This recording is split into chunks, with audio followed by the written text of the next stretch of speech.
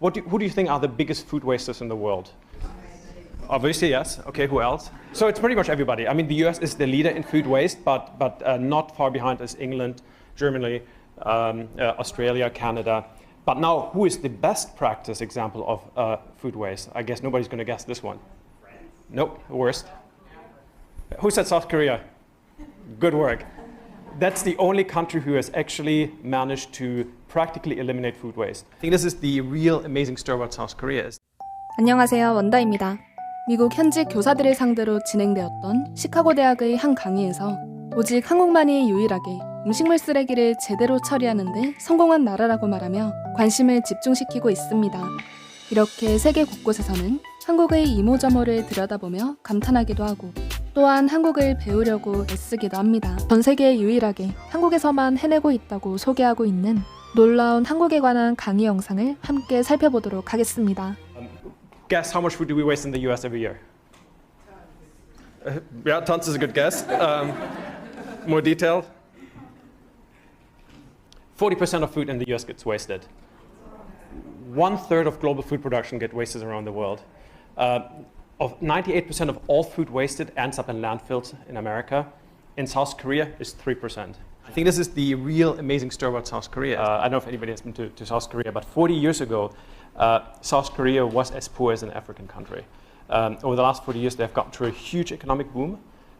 It's one of the, I think it's now the 8th largest economy in the world. High tech, poverty quite low. Because it's a highly densely populated place and there's very little landmass, they had to deal with their own food waste problems.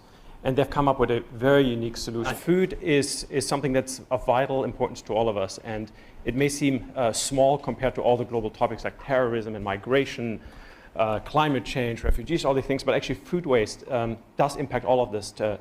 How much food we produce and grow and distribute has an impact on climate change. The methane that comes out of the landfills is 21 times percent more potent than carbon dioxide. So the ramifications are huge. So food waste, think about it not as food waste at home, but as a global topic. And I wanted to do a story that actually is solvable. We talked about climate change, we talked about Arctics, we'll talk about refugees. These are all really important stories, but they also feel somewhat distant. We want to help, we want to do something, but it is further away. So I want to come up with a topic that actually has a day-to-day impact on our lives. Moving on to South Korea, this is an amazing story. As they have figured out that waste is not waste, and they have figured out how to create jobs through waste, to convert it into biofuel, animal feed, and fertilizer. Created entire new supporting industries and economies, hire people, reclaim land. Really quite an amazing success story. This country has had this incredible economic driver and was really thoughtful about how to deal with their big problem, which at the time was food waste. Koreans are very much, a very sort of generous society. Food is part of everyday life. When you sit down, before you even have ordered anything, you get 15, 20 kimchi side dishes before you order your main courses. And they realize this is crazy. We can't keep throwing away all this stuff. Technology, they work with all the local telco providers to monitor the waste system. When a garbage bin is full, it gets the garbage company gets notified, gets picked up. And the way it works, there are 3 ways to capture food waste. One, you buy a plastic bag, and you put your food waste in there, and then you pay essentially what you pay on the plastic bag is your tax. Little containers with barcodes, and your barcode essentially is how you get billed. And the new system, which is called the RFID, which are these super high-tech, Star Wars type garbage bins. And you collect your food, you dump it in, it weighs your garbage, you swipe your card, and you pay at the end of the month. And it depends how much you waste. So we'll take a look at this part of the film, which is in South Korea, to show you that solutions are possible, which I think is also what students care about. They don't know where to start, especially millennials. They need to know a problem, and they need to know that there can be a solution. And so I'll show you that, and then I would love to sort of talk to you and see what direction sort of the questions are. I was born and raised in Chicago.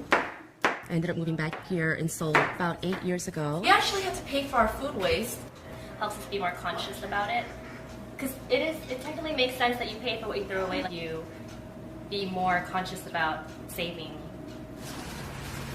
For me, when I moved back to America for college, I was still separating all my waste. I was separating plastic, bottles, paper, aluminum, and my food waste especially.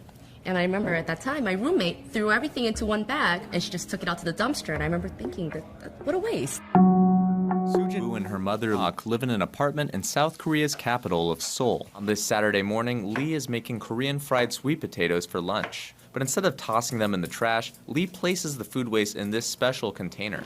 In South Korea, separating food waste from the rest of your garbage is required by law. Seoul's 10 million residents started paying for their food waste by weight in 2013.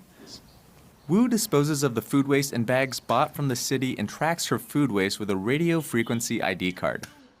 Woo taps the card to register the household and dumps her food waste into the bin, which logs how much waste she'll be charged for. At the end of the month, depending on how much food we wasted, we get charged and we get a bill on it. How much do you normally spend on that bill? It's only $2 to $3, so it's not too much. It's very minimal. As their economy grew over the past few decades, South Koreans started dining out more and wasting more food. The country banned all food waste from landfills in 2005. This is how a typical Korean meal is served. With free and unlimited side dishes called banchan. It sometimes means diners don't finish their food and it goes to waste. But it's more than just chucking the leftovers into the bin. Collects leftovers with a basket and squeezes the moisture out to lower the collection cost. She then takes out prepaid stickers and puts one on the box. Finally, she takes it out for the waste haulers to collect. Besides the box, there are two other ways to measure food waste. A standard prepaid plastic bag or more advanced technology. This machine reads your ID card, weighs the waste, and charges you automatically. South Korea has gone to food recyclers. At first, we processed all the food and waste in landfills. Then we realized the pollution it created and wanted to find a way to recycle the waste. For 1997, food waste mostly ended up here in landfills. Rotting food is a significant source of methane, which intensifies global warming. The strong odor also made people unhappy, especially those living near the landfill. Says the city used to spend $600,000 a day on food waste disposal. Money now saved through recycling. It actually costs a lot to process the food waste. So we were like, let's find a way to save money. Also to reduce pollution, and eventually find a way to recycle the waste. In 1997, the government responded by introducing laws to separate and recycle food waste. Expanding treatment facilities and educating residents took another 16 years.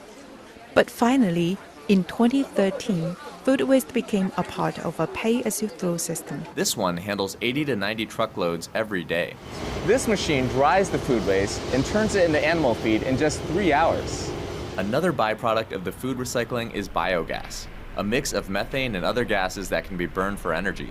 This plant creates enough biogas to meet 90% of its electricity needs. Some food waste will be sent for composting. As besides assessing fines, publicizing the benefits of food recycling is key to citywide cooperation. As the awareness increases, I can say that out of 1,000 households, there are about 10 to 15% of households that do not produce any food waste at all. The food waste recycling rate in South Korea has risen dramatically over the years to over 95%.